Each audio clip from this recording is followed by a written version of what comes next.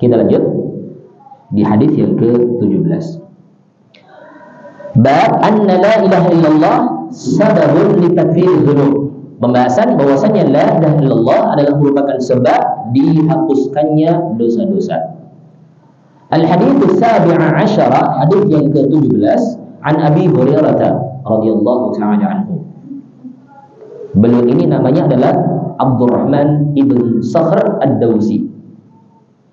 Cuma lebih dikenal dengan kunyahnya Abu Hurairah. Namanya adalah Abdurrahman ibn Sakhr ad-Dawsi, dari suku Daus. Ya. Ini beliau ini sebenarnya beliau bukan termasuk as-sabiqun al-awwalun. Beliau bukan termasuk orang yang paling terdahulu masuk Islam. Tapi karena ketekunannya beliau dalam belajar ilmu hadis dengan Rasulullah sallallahu alaihi wasallam, menyerap ilmu dari Rasulullah sallallahu alaihi wasallam, beliau adalah sahabat yang paling banyak meriwayatkan hadis di antara sahabat yang ada. Kalau sahabat ini 5.000 sekian hadis, sahabat yang lain ada sekitar 2.000, 1.000. Ini 5.000 sekian. Jadi nggak ada sahabat yang mengalahkan riwayat hadis yang lebih banyak daripada Abu Hurairah. Meskipun beliau ini agak telat sebenarnya masuk Islam, ya, beliau di bawah bimbingan sahabat Tufail ad-Dawsi ini, pimpinan suku Dausnya yang punya karamah, memiliki cahaya. Jadi dulunya itu cahaya di atas ini. Jadi di dahinya itu keluar cahaya putih. Sebagaimana Musa itu kan di telapak tangannya ya. Ini mukjizat. Kalau Tufail ad-Dawsi ini, gurunya ataukah yang membimbing Abu Hurairah masuk Islam ini, beliau punya karamah itu, ya, ini punya cahaya di dahinya ini. Tapi kemudian beliau minta untuk dipindahkan ke ujung cemetinya. Maka setiap cemetinya dikeluarkan, keluar cahaya putih. Ini Tufail ini. Gurunya, kalau boleh kita katakan gurunya dalam artian, yakni inilah yang mengajak Abu Hurairah masuk Islam, karena Abu Hurairah itu adalah kaumnya ini Tufail. Ya. Yani Abdurrahman ibn Sakhr ad-Dawsi. Abu Hurairah radhiyallahu anhu, karena ketekunan beliau mengalahkan para sahabat yang ada dalam hal banyaknya riwayat hadis dari beliau. Ini Abu Hurairah radhiyallahu anhu. Beliau mengatakan, Rasulullah sallallahu alaihi wasallam bersabda, "Man halafa minkum faqala fi halafihi billat wal uzza falyaqul la ilaha illallah. Wa man qala li sahibihi ta'al uqabiluka falyatasaddaq." Rawahu al-Bukhari wa Muslim. Rasulullah sallallahu alaihi wasallam bersabda, barang siapa di antara kalian yang bersumpah, kemudian dalam sumpahnya itu dia mengatakan demi Lata, demi Uzza. Ini sumpah yang dilarang. Jangankan dengan berhala, bersumpah dengan benda-benda, dengan makhluk dilarang, apalagi bersumpah dengan sesembahan selain Allah, lebih dilarang lagi. Falyaqul la ilaha illallah, maka tebusannya, amalan yang bisa menggugurkan sumpah dengan selain Allah tadi itu adalah dengan mengucapkan kalimat tauhid, memperbaharui keimanannya dengan mengucapkan kalimat tauhid, la ilaha illallah. Wa man qala li sahibihi ta'al uqahiruka, barang siapa yang mengatakan kepada temannya, ayo kita berjudi, ngajak orang berjudi, ya, ayo kita melakukan qimar, ayo kita berjudi, dia ngajak ini, maka tebusannya adalah falyatasaddaq, hendaklah dia bersedekah. Ini hadis yang dari Imam Al-Bukhari dan juga Muslim rahimahumullah taala dalam sahih keduanya. Dalam hadis ini menunjukkan beberapa faedah. Minha di antaranya adalah fadlu la ilaha illallah wa annahu kafaratun liman halafa bi ghairillah. Yang pertama tentang keutamaan la ilaha illallah, dan bahwasanya la ilaha illallah, kalimat tauhid tadi itu, ini akan bisa menjadi kafarah, tebusan bagi orang yang bersumpah dengan selain nama Allah. Ini bisa menjadi tebusan bagi orang yang bersumpah selain dengan nama Allah. Wa minha anna al-halafa bi ghairillahi syirkun, dan di antara faedah dari hadis tersebut bahwasanya bersumpah dengan selain nama Allah adalah kesyirikan, termasuk di antara perbuatan kesyirikan. Meskipun di sana ada perbedaan ulama terkait dengan akbar ataukah asgharnya. Ini masuk kategori syirik akbar ataukah syirik asghar. Ini ada perbedaan pendapat. Tapi yang sahih adalah ini masuknya syirik yang asghar, syirik yang kecil. Tapi meskipun kecil, maka syirik kecil itu adalah dosa yang paling besar di antara dosa yang ada yang selain kesyirikan. Syirik bertingkat-tingkat, ada yang kecil, ada yang besar. Tapi syirik ini sendiri adalah dosa yang paling besar di antara dosa yang ada. Maka ini hendaklah seorang menjauhinya. Rasul bersabda, "Man halafa bi ghairillahi faqad kafara aw asyraka." Barang siapa yang bersumpah dengan selain nama Allah, maka sungguh dia telah melakukan kesyirikan ataukah telah melakukan kekufuran. Jadi nggak boleh ya, nggak boleh bersumpah dengan selain nama Allah. Jangan sampai seorang itu beralasan, Allah SWT dalam Al-Quran sering bersumpah dengan matahari, wasyamsi, waduhaha, wadduha, wattini, wazzaitun. Ini kan sumpah Allah ya. Jangan sampai seorang beralasan dengan hal itu, karena Allah berhak bersumpah dengan nama apapun. Sementara kita seorang muslim tidak boleh bersumpah kecuali dengan salah satu nama dari nama-nama Allah, ataukah kecuali dengan salah satu sifat dari sifat-sifatnya Allah. Boleh kalau dengan sifatnya Allah boleh, dengan nama Allah ataukah nama-namanya Allah yang lainnya boleh. Ya, misalkan War-Rahman demi Ar-Rahman, War-Rahim demi Ar-Rahim, ya, dan seterusnya dari hal-hal yang ada. Kalau itu masuk dalam Asmaul Husna, boleh seorang bersumpah dengannya. Ataukah mungkin dengan sifatnya Allah, ya, Warabbil Ka'bah demi Rabb yang menguasai Ka'bah, Warabbil Alamin demi Rabb yang menguasai seluruh alam. Ini kan sifat rububiyah, boleh bersumpah dengannya. Tapi dengan selain itu nggak boleh. Apalagi ketika seorang bersumpah dengan nama sesembahan selain Allah, berhala-berhala yang ada, demi Lata, demi Uzza, ini lebih dilarang lagi tentunya.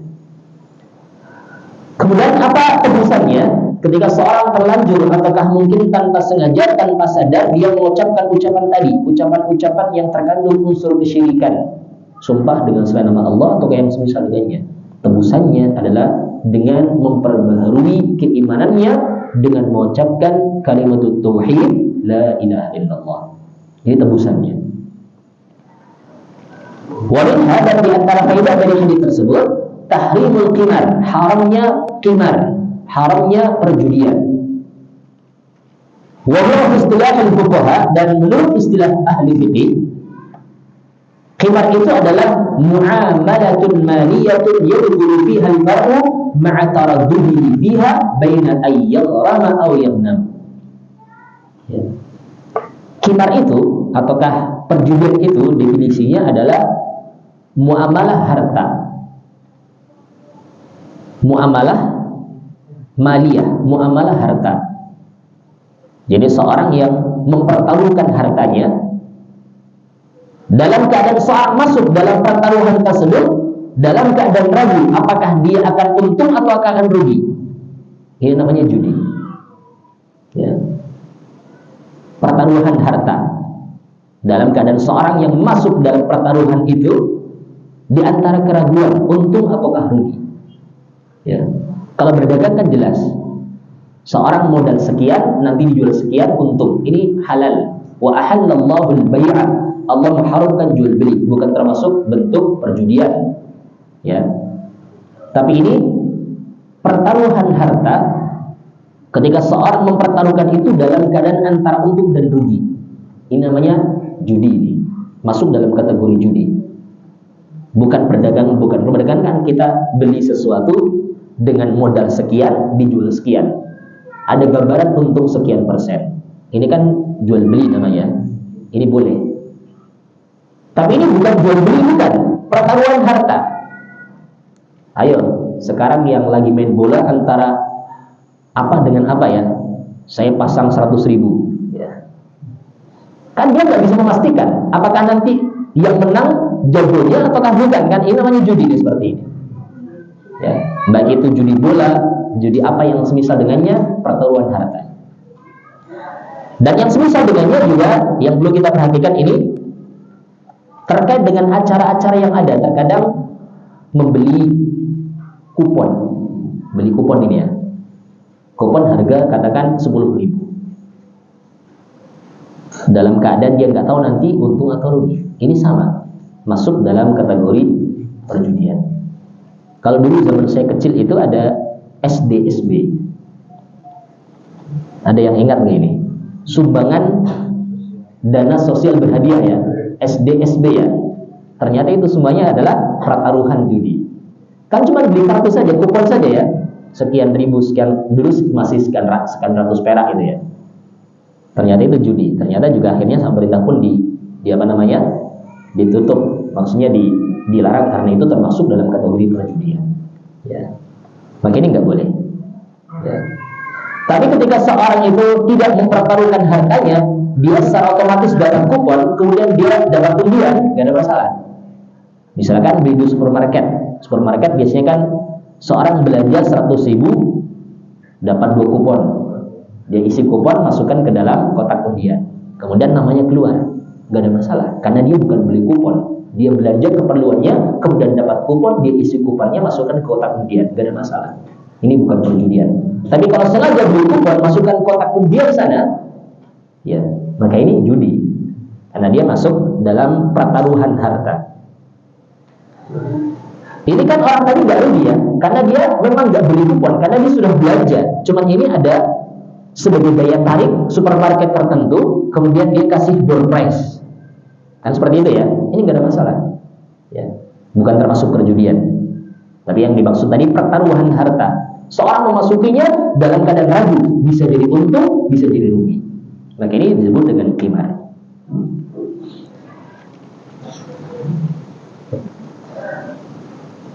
Kemudian selanjutnya, wa huwa al-maisir, dan qimar itu adalah maisir alladzi dzakarahu Allah fi kitabihi, yang Allah sebutkan di dalam kitabnya dalam Al-Qur'an. Wa qila al-maisir ihda suwaril qimar, dan ada yang pula yang mengatakan maisir ini adalah salah satu bentuk perjudian. Perjudian ini sudah ada sejak dahulu, sampai sekarang ada. Cuman memang awal-awal Islam itu perjudian tidak dilarang secara langsung, tapi bertahap, ada proses. Allah berfirman, yas'alunaka 'anil khamri wal maisir, qul fihima ithmun kabirun wa manafi'u lin-nas wa ithmuhuma akbaru min naf'ihima. Mereka bertanya kepada engkau tentang khamr, minuman keras, dan juga perjudian. Katakanlah pada keduanya itu ada dosa besar dan juga ada beberapa manfaat bagi manusia. Tapi dosanya lebih besar daripada manfaatnya. Belum tegas disebutkan secara langsung haramnya. Di zaman itu, di awal kali turunnya ayat ini, bagi orang yang dapat manfaat boleh, tapi yang tidak dapat manfaat tidak boleh. Ya. Ini ayat ini secara hukum sudah mansukh, sudah terhapus. Secara lafaz masih ada di surat Al-Baqarah 219. Tapi secara hukum mansukh dengan surat Al-Maidah 91, 90, 91. Karena di ayat yang terakhir turun terkait dengan judi dan juga minum-minuman keras, Allah menyatakan, ya ayyuhalladzina amanu innamal khamru wal maisiru wal ansab wal azlamu rijsun min amali syaitan fajtanibuhu la'allakum tuflihun. Ini tegas ini. Wahai orang-orang yang beriman, tidak lain minum-minuman keras, perjudian, menyembelih untuk berhala, dan juga mengundi nasib dengan anak panah itu adalah merupakan perbuatan najis. Najis maksudnya, kalau najis mesti haram ya. Perbuatan najis haram, ini termasuk dari perbuatan syaitan, jauhi perbuatan itu. Mudah-mudahan kalian mendapatkan keberuntungan. Ini ayat yang sangat tegas menunjukkan haramnya perjudian. Dan juga yang semisal dengannya tadi, minum-minuman keras, menyembelih untuk berhala, dan mengundi nasib dengan anak panah. Wa minha, dan diantaranya adalah istihbaru takfir sayyi'at bijinsiha minat ta'at minat taubat ma'at taubah. Anjuran untuk menghapuskan kesalahan-kesalahan, kejelekan-kejelekan dengan ketaatan yang semisal bersama dengan adanya taubat. Falamma kana al-halafu bi ghairillah syirkun kanat kafaratuha an-nutqu bit-tauhid. Maka ketika kita tahu sumpah dengan selain nama Allah adalah kesyirikan, maka kafarahnya ini kan dosa lisannya. Sumpah kan ucapan lisannya. Ini dosa lisan, kesyirikan yang qauliyah, syirik yang qauliyah, syirik yang ucapan, maka tebusannya adalah dengan mengucapkan kalimat tauhid. Tebusannya juga dengan lisan. Seorang yang mengucapkan yakni ucapan jelek, maka tebusannya itu juga dengan amalan lisan. Seorang yang bersumpah dengan selain nama Allah, bersumpah dengan ucapan lisan, tebusannya dengan mengucapkan dengan lisannya kalimat tauhid. Ini amalan yang sejenis. Wa kadza fil muqamarati ju'ilat kafaratuha as-sadaqah. Demikian pula dalam hal perjudian, dijadikan kafarahnya itu dengan sedekah. Karena annal qimara badlul lil mal bi ghairi haq, sebagaimana kita tahu judi itu kan yakni mengeluarkan harta dengan tanpa hak. Ini dosa harta berarti ya. Kalau tadi kan sumpah dosa lisan, sekarang dosa harta. Karena kafaratuhu bi badlil mal bil aqli as-sadaqah, maka kafarahnya dengan cara mengeluarkan harta dengan cara yang hak, yaitu sedekah. Kalau seorang yang pernah berjudi, maka menebus kesalahan judinya tadi adalah dengan bersedekah. Seorang yang pernah mengucapkan ucapan-ucapan yang jelek, maka tebusannya adalah dengan mengucapkan ucapan yang baik. Seorang pernah mencela saudaranya dengan lisannya, tebusannya adalah memuji saudaranya juga dengan lisannya. Selain taubat dari perbuatan itu, maka dia tebus dengan kebaikan-kebaikan yang semisal dengan perbuatan jeleknya tadi. Kalau itu adalah dosa lisan, tebusnya juga dengan lisan.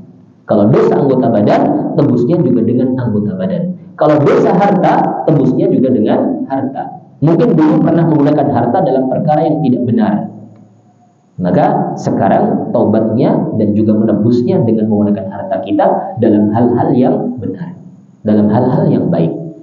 Seperti itu. Kemudian faedah tambahan, qala al-Hafidz Ibnu Hajar al-Asqalani fil Fath, qala Tibi, al-hikmatu min dzikri al-qimar ba'da al-halaf billah anna man halafa billah wafaqa al-kuffara fi halafihim fa amara bit-tauhid. Al-Hafidz Ibnu Hajar al-Asqalani dalam kitabnya Fathul Bari, syarahnya Sahih Bukhari, beliau mengatakan, menukilkan perkataan Imam At-Tibi, hikmah penyebutan perjudian setelah sumpah dengan Lata, ya, bahwasanya sumpah dengan Lata itu mencocoki ataukah sesuai dengan sumpahnya orang-orang kafir. Ini ada kesesuaian, ada kesamaan dengan orang-orang kafir dalam sumpahnya mereka. Maka Allah, Rasul memerintahkan untuk mentauhidkan Allah. Ya. Wa man da'a ila al-muqamarati wa hafahum fi lahbihim fa amara bi kafarati dzalika bis-shadaqah. Siapa yang mengajak orang untuk melakukan perjudian, ini kan ada bentuk kesesuaian dengan permainan yang mereka orang-orang kafir. Maka Rasul memerintahkan untuk menebusnya dengan sedekah.